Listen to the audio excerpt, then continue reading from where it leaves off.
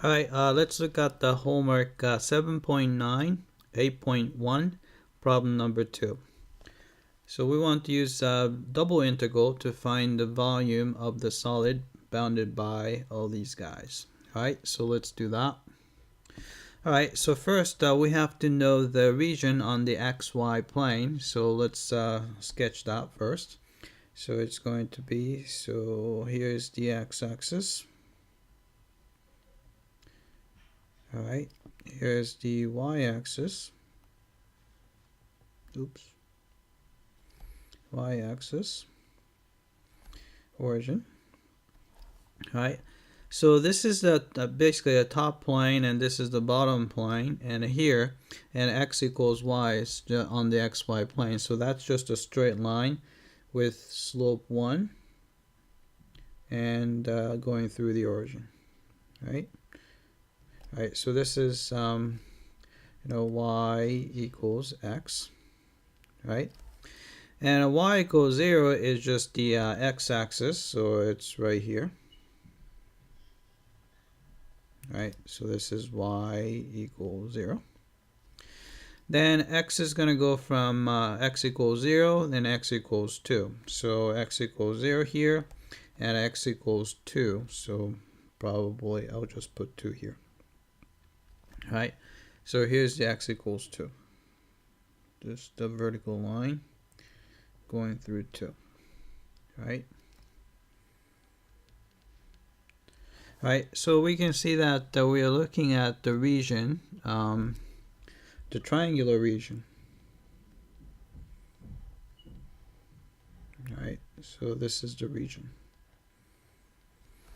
Alright, so here you have, so top is this surface here, and the bottom is equal 0 is just the xy plane. So the volume is going to be, so volume V is equal to double integral. Right, so this is top surface, so this is going to be x. Right, then I can probably do it with respect to y first, then with respect to x. Right, so fixing x, it's going to start from here and ends on this straight line. So here you can see that the y equals 0 since it's on the x-axis. Here it's on the line y equals x. Right, so the lower limit is y equals 0, and upper limit is y equals x. Right, then once you've done that, to cover the entire region on the xy plane, you're going to start from x equals 0, then go all the way to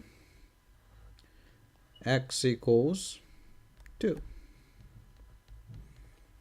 So lower limit is 0 and upper limit is 2. Alright, so let's evaluate that. So this is going to be equal to, right, integral from 0 to 2. Right, antiderivative of xy would be, actually maybe we should just kick this guy outside because it's with respect to x. Right, antiderivative of 1 with respect to y would be y, and you're going from 0 to x, right, dx. Right, if you plug in x here, minus 0, so just x, so x times x is x squared. Right, so antiderivative of x squared would be x cubed over 3. Then you're going from 0 to 2. Right, then plug in 2. 2 cubed is 8 over 3 minus 0. So you have 8 over 3. Alright, so let's type it in. Alright, so answer we got was 8 over 3. Alright, so let's submit for testing. Alright, it came back and looks like we got this one correctly. Alright, that's it. I hope that this was clear.